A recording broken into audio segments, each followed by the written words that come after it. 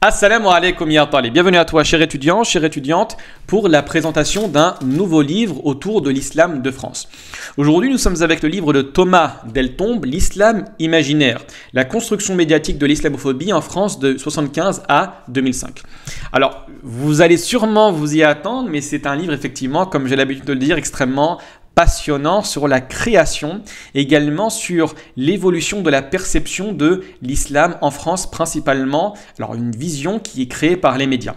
C'est un livre qui m'a été proposé par un ancien étudiant qui est devenu actuellement un de mes collègues et tout à fait passionnant, franchement tout à fait passionnant. Regardez le nombre de notes également que l'on prend pour dire à quel point le livre est précis. Donc qu'est-ce que va faire Thomas Deltombe dans cet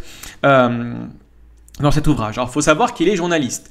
Les journalistes, malheureusement, actuellement en France, c'est très difficile de retrouver des journalistes intègres, professionnels et qui ne sont pas soumis à des instances extrêmement riches qui détiennent l'information et qui l'utilisent pour pouvoir faire travailler leurs intérêts.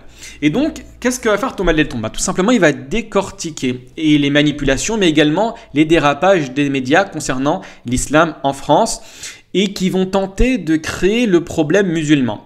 Et on se rend compte qu'à travers la lecture de ce livre, et c'est le nom qui va être donné à cet ouvrage, que les médias vont créer une sorte d'islam imaginaire, un islam qui n'existe pas, un islam qui est totalement différent de ce que les musulmans croient, dans l'objectif de présenter les musulmans et l'islam de manière beaucoup plus large comme un corps étranger à la société.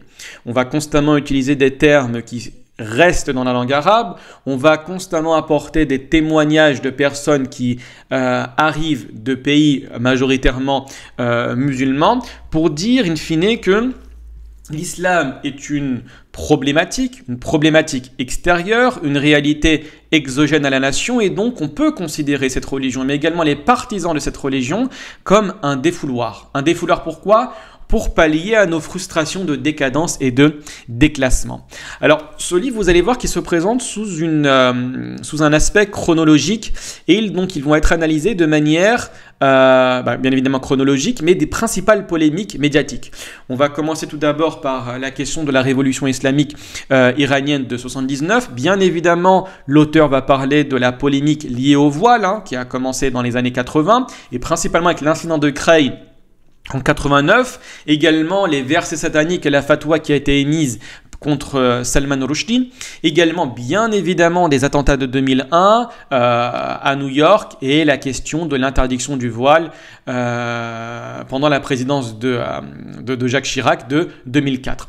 Et donc vous allez voir, barakallahu fikoum, à la lecture de ce livre, comment les manipulations sont réalisées de la part des médias pour essayer de présenter un islam qui est aux antipodes de ce que les textes disent.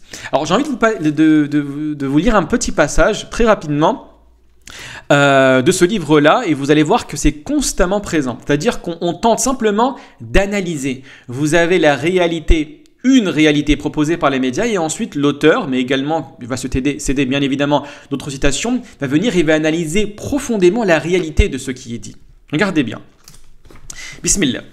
Si TF1 finit par rejoindre le concert médiatique autour des foulards, c'est peut-être parce que le débat a progressivement changé d'aspect. Un basculement s'opère qui fut parfaitement analysé à l'époque par le sociologue Pierre Bourdieu. La question patente, faut-il ou non accepter à l'école le port du voile dit islamique, occulte la question latente, faut-il ou non accepter en France des immigrés d'origine nord-africaine?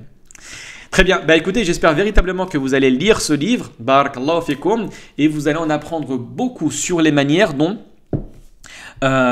les médias vont utiliser la question de l'islam pour pouvoir servir des fois certains intérêts.